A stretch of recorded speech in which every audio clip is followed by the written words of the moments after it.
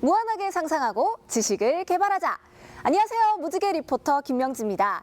저는 지금 계룡산 끝자락에 위치한 계룡산 자연사 박물관 앞에 나와 있는데요. 오늘 무한상상 박물관에서는 이 공룡부터 미라까지 아주 오래전 생명의 흔적들을 살펴보려고 합니다. 와, 공룡과 미라, 이름만 들어도 가슴이 두근거리는데요. 지금 저와 함께 그곳으로 가보시죠. 자연의 역사와 함께 아주 오래된 기록들이 모인 박물관. 지구의 탄생부터 현재까지 지구 안에서 생존했고 사라져간 생명체를 한눈에 볼 수 있는 박물관. 우리는 그런 박물관을 자연사 박물관이라고 부릅니다. 자연사 박물관의 특별한 매력, 그 살아있는 과거의 시간 속으로 들어가 보겠습니다.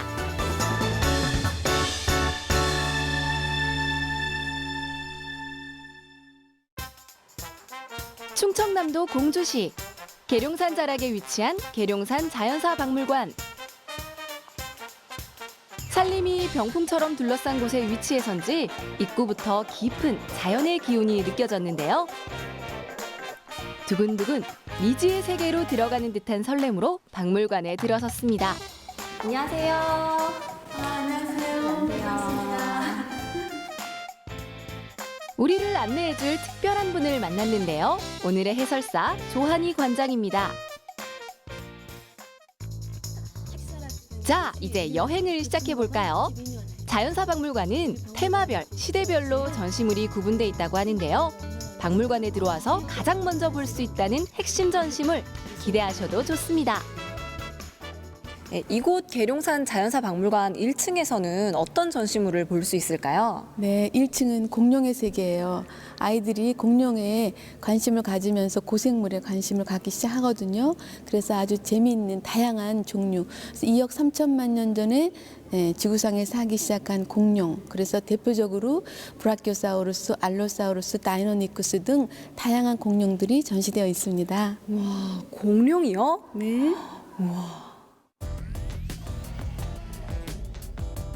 무시무시한 도마뱀이라는 의미로 지어진 이름 공룡. 약 2억 3천만 년 전 지구상에 나타나 1억 6천만 년 동안 지구를 군림했던 이 거대 파충류는 빠르고 민첩한 움직임이 가능한 최초의 육상 동물입니다. 가벼우면서도 강한 뼈로 이루어진 골격, 쭉 뻗은 직립형 다리, 빠른 움직임에도 균형을 잡아주는 꼬리. 당시 생태계에선 어떤 생물보다 가장 합리적인 몸의 구조를 가진 공룡의 등장으로 인해 곤충이나 악어, 그리고 아주 작은 원시 포유류를 제외하곤 대부분의 동물이 쇠퇴할 정도였죠. 초기 공룡 시대인 트라이아스기를 지나 쥐라기로 접어들면서 공룡 중에서도 초대형 공룡들이 나타납니다. 대표적인 것으로 브라키오사우루스를 들 수 있는데요. 그 공룡이 바로 제 앞에 나타났습니다. 몸 길이 25m, 높이는 16m, 살아있을 때 무게는 무려 80톤. 이 공룡이 살아 움직였다고 상상하니 순간 온몸에 소름이 돋았는데요. 학명 브라키오사우루스, 청운공룡이라는 이름의 이 골격은 2002년 미국 와이오밍주에서 발견한 것으로 계룡산 자연사박물관과 미 캔자스 대학팀이 공동 발굴해 국내 최초로 복원한 표본이라고 합니다. 와, 저는 초식 공룡이 이렇게 어마어마한 크기인 줄은 몰랐는데, 근데 이 정도 크기의 초식 공룡이면 육식 공룡과도 싸워서 이길 수 있지 않을까요? 네, 그래 보통 이제 초식 공룡들이 큰 이유는 몸을 크게 해서 육식 공룡들에게 겁을 좀 주게 하는데, 사실은 이 육식 공룡들은 떼를 지으면서 힘있고 날쌔니까 달려들어서 초식 공룡을 공격하는 겁니다.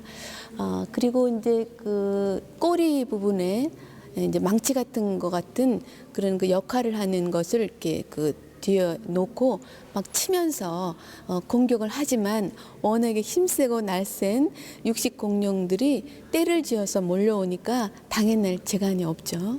예. 진품 골격이 85% 이상 발굴된 청운공룡의 화석. 화석은 그 자체로도 많은 정보와 의미를 담고 있지만 공룡이 겪은 당시의 에피소드 또한 엿볼 수 있습니다. 이것은 청운공룡의 어깨뼈인데요. 발굴 당시 이 어깨 부근에서 육식공룡인 알로사우루스의 이빨이 발견되었다고 합니다. 이를 통해 중생기 쥐라기 시대의 난폭한 사냥꾼 알로사우루스가 청운공룡을 공격했었다는 사실을 추측할 수 있었죠. 초대형 초식공룡 브라키오사우루스와 사나운 육식공룡 알로사우루스의 대결. 결과는 어땠을까요? 아마 화석은 알고 있을 겁니다. 공룡을 보고 흥분된 마음을 가라앉히기도 전에 또 다른 전시물이 시선을 사로잡았는데요. 이번에도 엄청나게 큰 동물입니다. 관장님, 지금 뒤에 뼈가 보이는데 이게 바로 매머드인가요? 네, 맘모스예요. 7만 5천 년 전에 살았던, 지금은 그 멸종돼서 없는 맘모스죠. 또 지질자원연구원에서 탄소연대 측정을 하니까 정말 10만 년이 지난 그런 그 연대가 측정이 되어 있습니다. 하늘을 향해 휘어솟은 위협적인 어금니. 기둥처럼 두꺼운 다리뼈. 마지막 빙하기를 당당히 누비던 매머드의 골격입니다. 대형종은 어깨까지의 높이가 5m에 달한다고 하고요. 무게는 최대 12톤. 이 육중한 몸집을 둘러싼 두꺼운 피하 지방과 긴 털이 한대 지방에서도 생존할 수 있었던 요인이라고 하네요. 약 1만 년 전 지구에서 사라진 매머드는 동부 시베리아와 알래스카 등지의 얼음 속에서 사체가 발견되며 세상에 알려졌는데요. 왠지 낯설지 않은 느낌의 매머드. 물론 지금의 코끼리와 비슷하게 생겨서이기도 하지만 선사시대 동굴벽화에도 매머드가 등장한다는 사실. 구석기 시대 사람들의 최고의 사냥감이 바로 이 매머드였다고 합니다. 빙하기에는 동물들의 몸집이 점점 커지기 시작합니다. 체구가 클수록 열 보존도가 높아지기 때문인데요. 이것은 동굴사자의 화석입니다. 지금의 사자보다 몸집과 힘이 월등했던 동굴사자. 화석이 동굴에서 주로 발견되었다고 해서 동굴사자라고 이름 붙여진 것인데요. 지금까지 발견된 동굴사자 중 큰 것은 어깨까지의 높이가 1.2m, 머리부터 꼬리를 제외한 몸까지의 길이가 약 2m, 몸무게는 최대 300kg이 넘는 것으로 추정하고 있습니다. 동굴사자는 세계에서 4점의 표본만이 전시돼 있을 정도로 직접 만나보기가 매우 어렵다고 합니다. 동굴사자, 매머드, 그리고 공룡까지 거대 동물들이 살아 움직이던 지구의 옛 모습. 이렇게 직접 화석을 보고 상상해보니 더욱 생생하게 느껴지지 않으세요?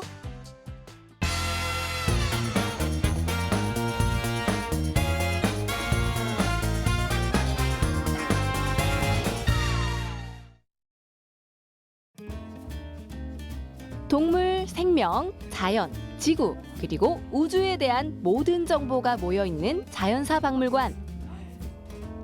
이번에는 지구 밖의 세계에 대해 알아보려고 하는데요. 또 다른 해설사와 함께 발걸음을 옮긴 곳은 운석이 있는 장소였습니다. 이게 지금 실제 운석인가요?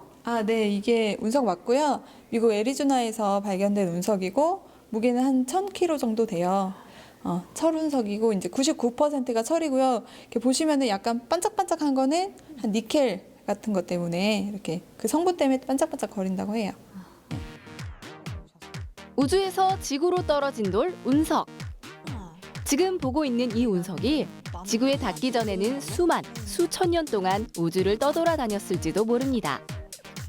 그리고 아직 우리가 모르는 우주의 비밀을 이 운석은 알고 있을지도 모릅니다. 그렇다면 운석에 대해 좀 더 자세히 알아볼까요? 우리가 사는 지구 밖 우주. 행성과 행성 사이 공간엔 혜성이나 소행성들이 부딪혀 떨어진 파편들이 떠돌아다닙니다. 이를 유성체라고 부르는데요. 우주를 떠돌던 유성체가 어느 날 지구와 가까워져 중력의 영향을 받으면 대기권으로 들어오게 됩니다. 지구로 끌려온 유성체는 대기로 진입해 지표로 떨어지며 빛나는 유성이 되죠.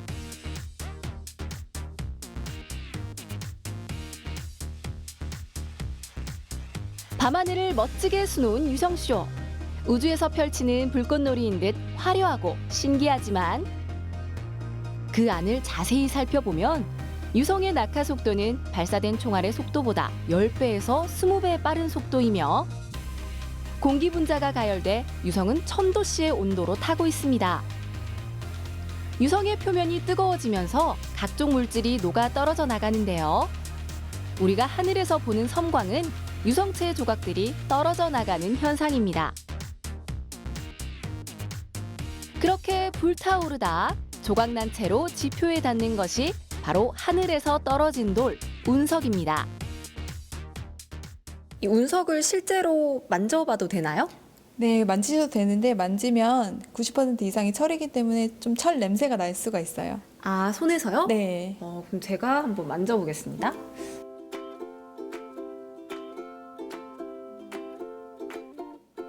우리가 모르는 우주의 비밀을 손끝으로 느껴보기 위해 철운석에 온 신경을 모았는데요. 부드럽고 차가운 느낌이라고 할까요? 돌이지만 돌 같지 않은 이 느낌은 여러분이 직접 만져봐야 알 것 같습니다.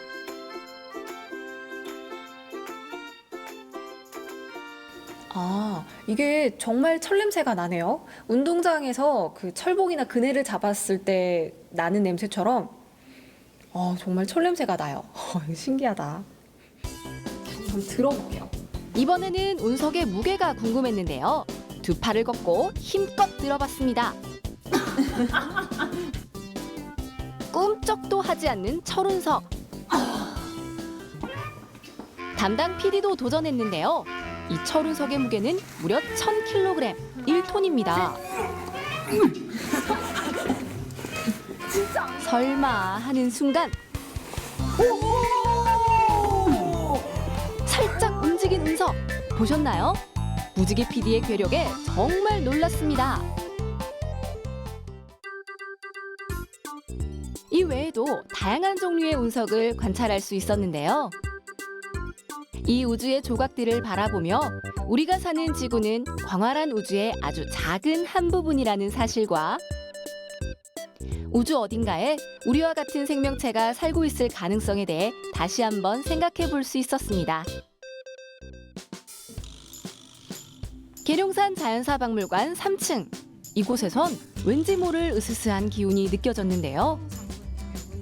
시선이 닿은 곳엔 관 하나가 놓여 있었습니다. 그런데 텅 비어 있는 내부. 이 관은 누구의 것이고 주인은 어디에 있는 걸까요? 바로 이 유리관 속에 누워 있는 이분. 학봉장군 미라가 관의 주인이라고 합니다. 우리나라에서 가장 오래된 남성 미라. 여러분은 지금 600년 전 조선시대 생존했던 40대 남성과 마주하고 있습니다. 실제로 미라를 이렇게 가까이서 살펴본 건 처음인데요. 근데 굉장히 잘 보존이 되어 있네요. 네.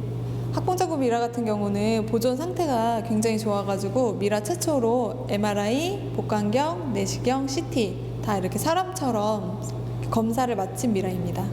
아, 네, 그런 검사를 다 마쳤다면 이 600년 전에 사망한 것으로 추정되는 이 학봉장군 미라의 사망 원인은 무엇인가요? 저희가 검사 결과 그 아기 부들이라고 하는 꽃가루가 있어요. 네, 한약명으로는 포황이라고 하는데요. 동의보감에 포황을 언제 쓰냐고 나오냐면 이제 기침이 너무 심해서 피까지 토할 때 이제 각혈한다고 하거든요. 그래서 각혈했을 때 쓰는 한약재가 기관지에서 항문까지 많이 검출된 걸로 봐서 아마 폐기종으로 돌아가셨을 거라고 저희가 추측을 하고 있습니다. 그리고 또 민물고기를 드시면은 감염되는 간 디스토마 알이랑 편충 알 같은 게 굉장히 많이 검출이 됐어요. 그래서 그 당시에도 민물고기를 이제 날로도 드셨고 또 이분이 좀 많이 섭취하셨다는 것까지 알 수가 있었습니다. 믿을 수 없는 일이죠. 어떻게 15세기에 살았던 중년 남성의 시신이 MRI나 CT, 내시경 검사가 가능할 정도로 온전하게 보존될 수 있었을까요? 미라의 비밀은 조선 전기의 묘제 방법에 있었습니다. 바로 회각묘의 사용인데요.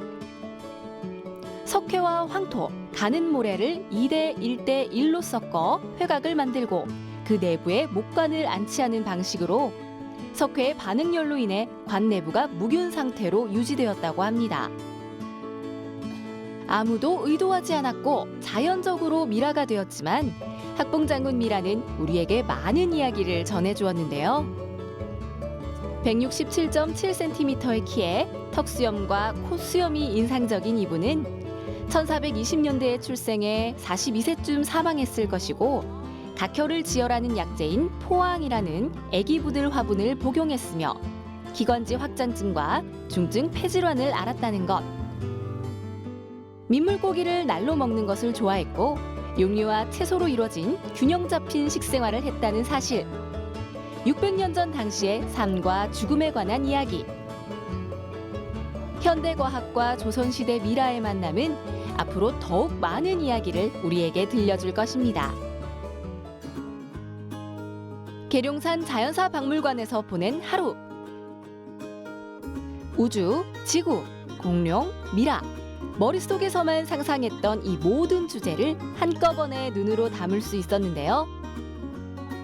자연사 박물관의 매력이란 광범위하고도 어려운 숙제를 한 번에 그것도 쉽게 풀어낸 기분, 그 뿌듯함을 느낄 수 있다는 것, 바로 그 점일지도 모릅니다. 사실 우리나라가 이 자연과학 분야의 노벨상이 전무합니다. 그래서 우리 박물관의 설립 목적도 과학을 공부하고 그다음에 노벨상을 많이 받을 수 있는 그런 산실의 역할을 하기 위한 것이거든요.